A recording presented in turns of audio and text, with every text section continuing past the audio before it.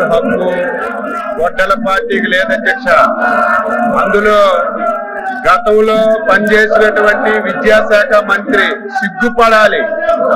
5 సంవత్సరాల అధ్యక్ష, 2019 నుంచి 2024 వరకు నిరుద్యోగ యువతకి మెగా డిఎస్సి ఇస్తామని చెప్పి నోటిఫికేషన్ చేస్తామని చెప్పి 5 సంవత్సరాలు ఆస్తులు తాకట్టు పెట్టుకొని మొత్తం అప్పులు చేసి ట్రైనింగ్ చేసి ఎలక్షన్ లో మాటిచ్చి మాట తప్పారు అధ్యక్ష, మాట తప్పారు.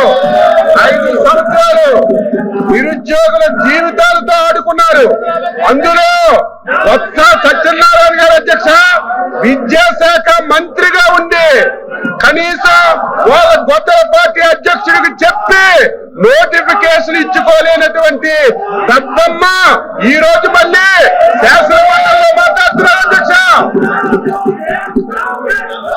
సిద్ధంగా ఉన్నాం, మాట్లాడడానికి సిద్ధంగా ఉన్నాం. ఈ బుక్లెట్ పంపిస్తాం, వాళ్ళందరికీ చదువుకోమనుంది.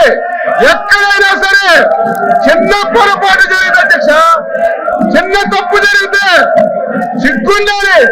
డిఎస్సి కట్టలేదు, డిఎస్సి పెడితే 300 కేసులు అధ్యక్ష, 300 కేసులు కోర్టులో వేశారు. కోర్టు కూడా చేమోట్లు పెట్టి మీకు సిగ్గు లేదని కోర్టు కూడా సిగ్గునా సరే అన్ని శాసన మండలిలోకి వచ్చి ఇది మాట్లాడడానికి నైతిక హక్కు ఎక్కడ ఉంది అధ్యక్ష? మీరు చైర్మన్ గా డిఎస్సిని పిలవండి, డిఎస్సిని పిలవండి, అందరితో మాట్లాడండి, చర్చకు పెట్టండి. ఈ 4 రోజులు దీని మీద చర్చ పెట్టండి. మాట్లాడడానికి చెప్పడానికి ప్రతి పాయింట్ ఈ రోజు గొడ్డల పార్టీ అధ్యక్షులు గొడ్డల పార్టీ ఏ అనుమానాలు ఎక్స్ప్రెస్ చేసిందో, ఏ పాయింట్లు అయితే లేవనెత్తారు ప్రతి పాయింట్ కి ఆన్సర్ చేయడానికి సిద్ధంగా ఉన్న అధ్యక్ష.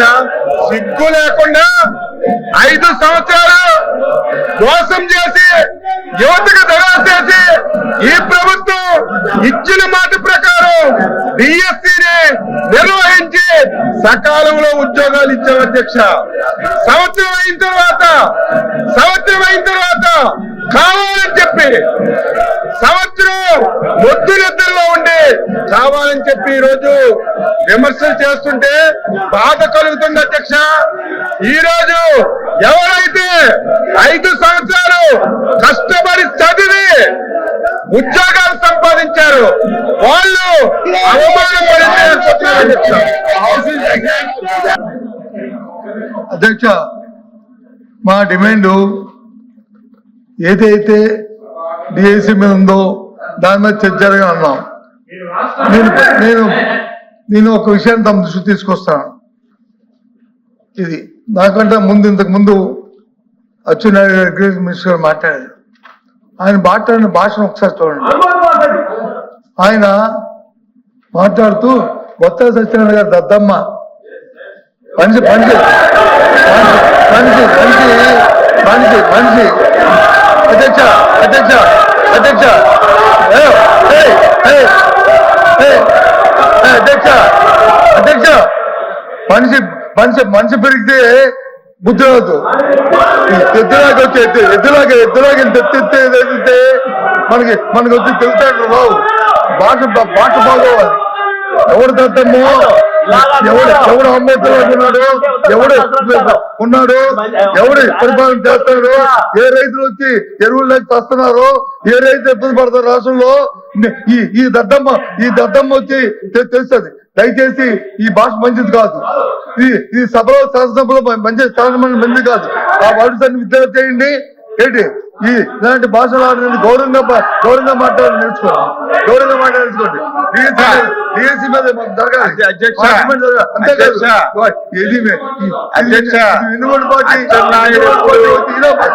ఎప్పుడు అన్పార్లమెంట్ మాట్లాడదు అధ్యక్ష.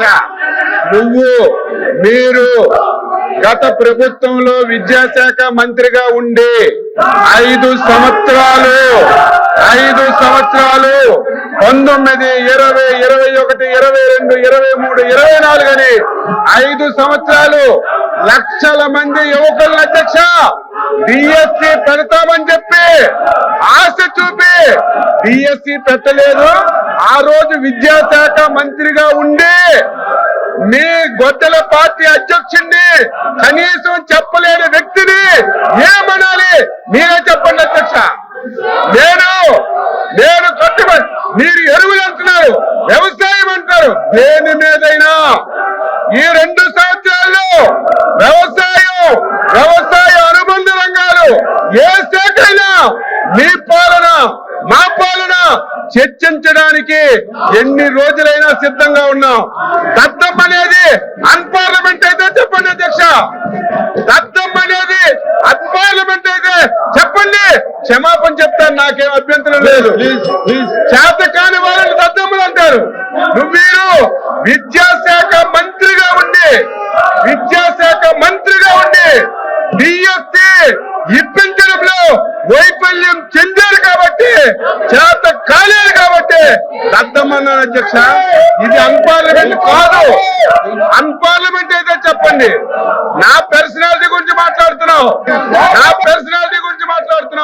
నువ్వు సచ్చిన కాలు కిందకి పెట్టి పైకి పెట్టినా నా పర్సనాలిటీ నీకు రాదు. సత్యనారాయణ, నా పర్సనాలిటీ నీకు రాదు.